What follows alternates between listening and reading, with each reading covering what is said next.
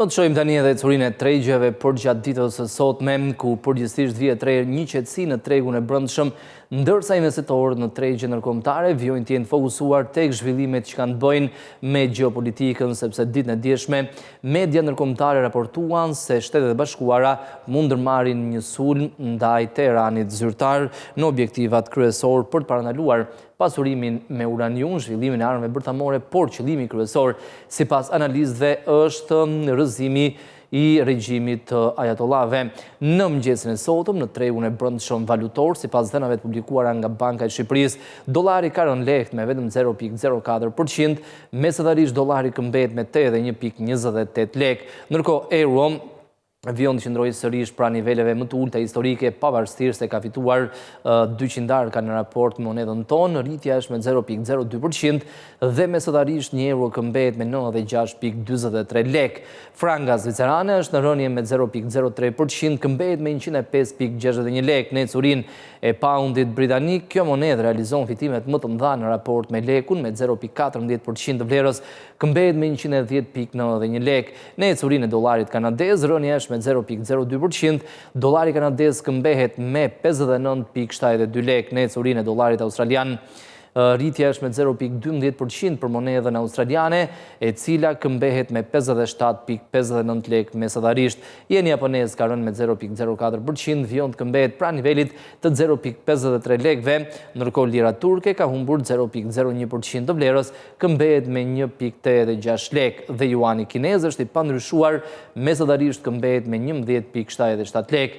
Kjo ishte curia e tregut brendshëm sipas dhënave të publikuara nga Banka e Shqipërisë, përditësimi i përditshëm, ndërkohë në tregje ndërkombëtare, sikur se tham, investitorët vijojnë të jenë fokusuar tek zhvillimet gjeopolitike, por njëkohësisht po presin edhe disa dhëna ekonomike si në Shtetet e Bashkuara, ashtu edhe në Bashkimin Evropian.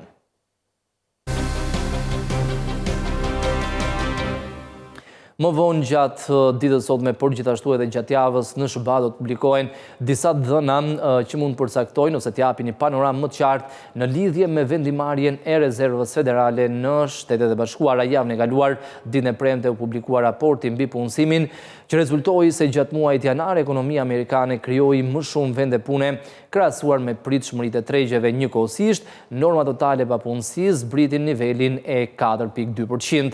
Aktualisht euro ka humbur 0.13% të vlerës, duke u afruar më shumë nivelit të 1.18 në raport me dollarin, nga mbi 1.19 që kuotoi në fillim të javës kaluar. Aktualisht një euro këmbet me 1.1835 dollar në rënje me 0.13%. Ndërkohë poundi realizon humbjet më të mëdha. Në raport me dollarin ka rënë me 0.4% dhe poundi këmbet me 1.3571 dollar përballë frankës. Dollari është rritur lehtë me 0.04% të vlerës, këmbet me 0.7696 franga. Dollari australian ka rënë me 0.06%, këmbet me 0.7065 dollar. Dollari kanadez është në rënje me 0.05%, këmbet me 0.7328 dollar amerikan. Ndërkohë, në raport me jenin, dollari është në rënje me 0.34% të vlerës dhe kuotohet në 152.99 yen mesatarisht.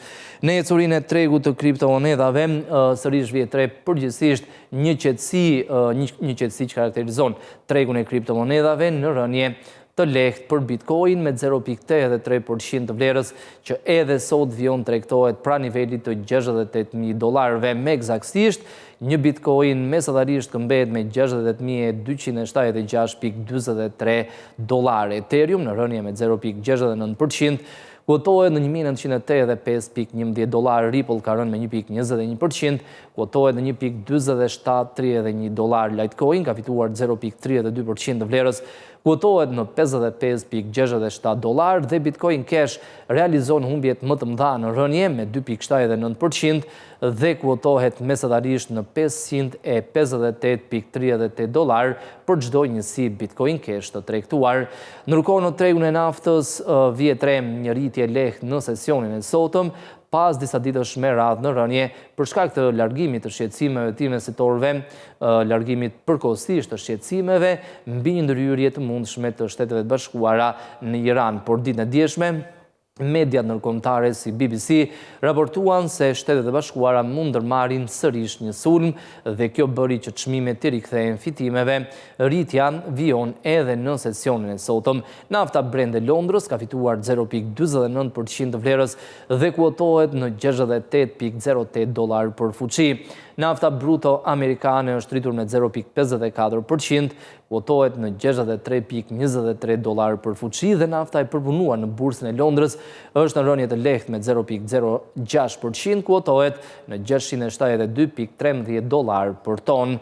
Ndërkohë në tregun e metaleve të çmuara përgjatë ditës së sotme vjet re përgjithsisht një tendencë në rënje, madje ari argjendi dhe platini kanë përshkallëzuar më tej humbjet në sesionin evropian pas një qetësie gjatë sesionit aziatik.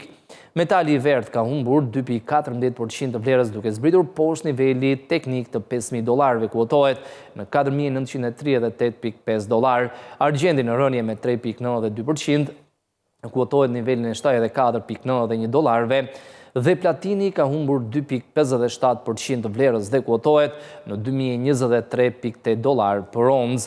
Ndërkohë në ecurin e tregu të aksioneve, shumica e bursave në kontinentin evropian po tentojnë një rimëkëmbje në sesionin e sotëm, megjithatë kujdesi është i lartë, sepse investitorët po presin të tjera zhvillime që kanë të bëjnë me gjeopolitikën, në mënyrë të veçantë një ndryrje të mundshme të Shteteve të Bashkuara së bashku me Izraelin në Iran, por njëkohësisht presin më tepër detaje edhe nga bisedimet që zhvillohen mes Turqisë, Rusisë dhe Ukrainës në përpjekje për të arritur një marrëveshje paqe mes Rusisë dhe Ukrainës. Pas pak ditësh shënohen plot 4 vite nga fillimi i ndërhyrjes së Rusisë kundrejt për të pushtuar Ukrainën pra nisja e një ofensive të plot. Do të shohim ecurinë e tregjeve në kontinentin evropian, ku shumica e bursave po publikojnë fitime modeste. Vetëm DAX i Gjermanisë ka rënë lehtë me 0.09%, FTSE 100 i Londrës dhe CAC 40 i Parisit janë rritur me 0.16 dhe 0.17%, indeksi zyriju CMI dhe FTSE MIB i Milanos janë rritur me 0.24 dhe 0.35% të vlerës.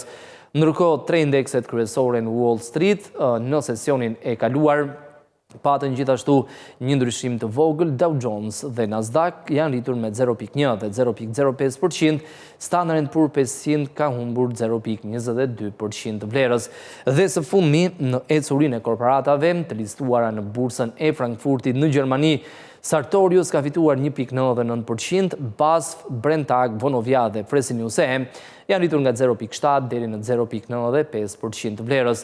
Në kompanitë që realizojnë humbje në bursën e Frankfurtit, rënja kryesohet nga kompanitë e sektorit industrial, por duke përfshirë këtu edhe kompanitë e prodhimit të armatimeve. Presim tabelën për të parë kompanitë cilat realizojnë humbje në bursën e Frankfurtit.